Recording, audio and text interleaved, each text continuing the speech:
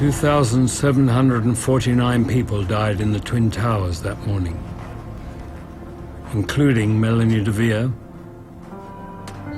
Christine Olender, and more than 150 delegates and staff at Windows on the World. Elaine Gentle and 95 of her colleagues at Fiduciary Trust, including Ed Emery. And 84 workers and officials at the Port Authority who looked after the building.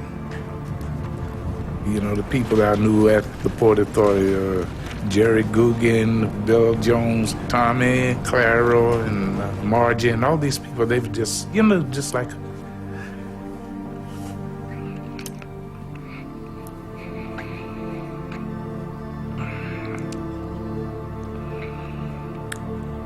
It was just like there was a big family. Are you gonna be okay? In the North Tower, Frank DeMartini and Pablo Ortiz both lost their lives. They were still helping people to escape when the building collapsed. Well, I mean, I think for me, there still is this burning, you know, hole that you don't really know what happened. And of course, I would like to know more about, you know, what was happening, and I know he'd love to tell it. He would be so sad to see them fall, and saving as many people as he did, that it was somehow fitting that he went up into the air with the buildings. Along with Mac Hanna, who escaped the building helping evacuees, Pablo and Frank saved the lives of over 50 people. Amongst them were Rick Bryan and the 22 people trapped on the 89th floor, including receptionist Diane DeFontes. Yes, sir, you have a 2:30 followed by a 4:15. Pablo's wife put up a website, and her children were on it, and I sent her an email, and I told her, I tried to tell her how I felt, and that her husband and their father is the reason that I'm alive. And I know that his absence is a terrible thing. But here is a man that you can be proud of because he saved other people's lives. Stanley Premnath and Brian Clark both survived.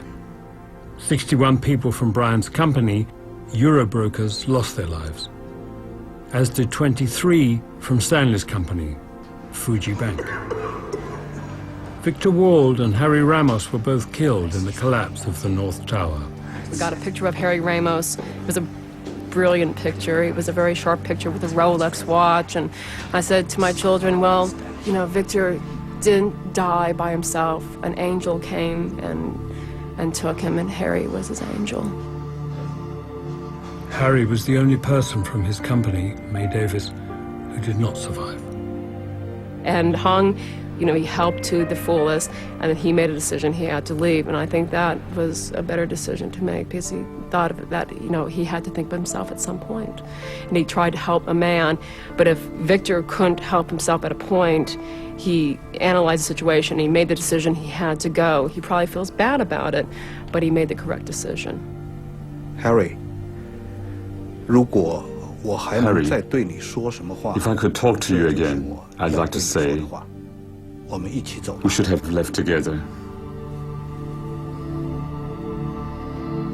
The 6 people trapped in elevator 41 all escaped, including Al Smith and Jan Demscher. Can't imagine. I'm short and he's tall. Every day it's with me. It's in my head. There were so many people I knew. Friends, acquaintances, faces in the crowd. And I was there. I survived. But almost 3,000 people didn't. It's hard to escape this memory.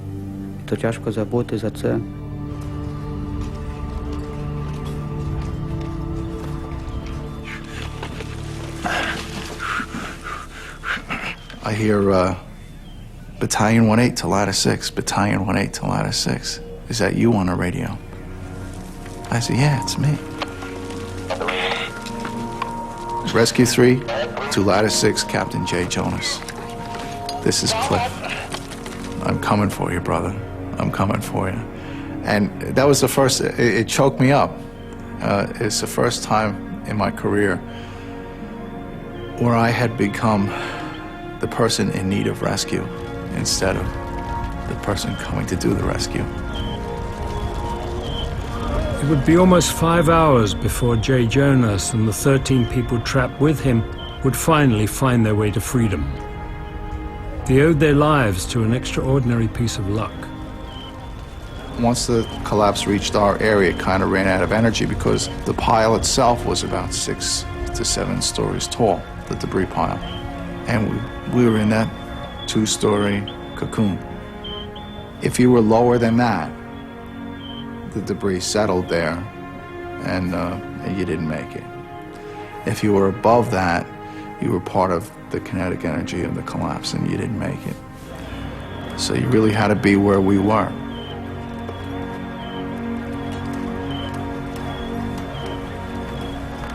Over there you can see a police emergency service unit. They're trying basically now to reestablish some kind of a safe perimeter. And many of the emergency workers basically just happy to be alive. Certainly that picture tells it all. Many of them just happy to be alive at this point, having survived what is an extraordinary event, the collapse of 2 towers. 343 firemen and 60 police officers were killed in the collapse of the Twin Towers. Josephine, is that you?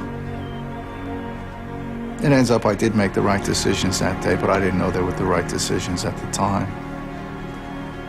Running into Josephine Harris, making this decision to stop and save her, we inadvertently saved ourselves.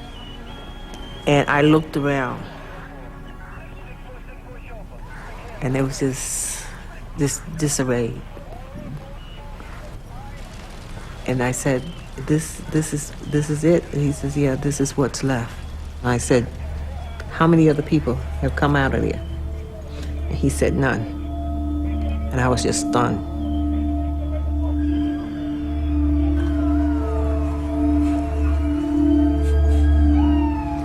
Don't push it under the rug. Don't forget it, because it can happen again. And I believe that they are going to try again.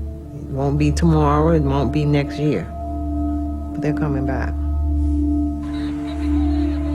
In the 5 years since 9/11, as the bombings in London and Madrid have shown, Al-Qaeda's commitment to simultaneous attacks has not diminished. Josephine Harris is not alone in thinking that one day they will come back. I don't know of a single expert that we interviewed or have talked to before or since we made our report who doesn't believe there'll be another attack. We have made 41 recommendations. We see them implemented only partially, and in some cases not at all. And yet every one of those recommendations, which everybody agrees with, is designed to make the American people safer. If I have a nightmare, it is about the combination of a terrorist and a nuclear device. My worry is that we could be saying the same thing. Why didn't we do this and why didn't we do that? So there will be another attack, and if we're not prepared, God help us.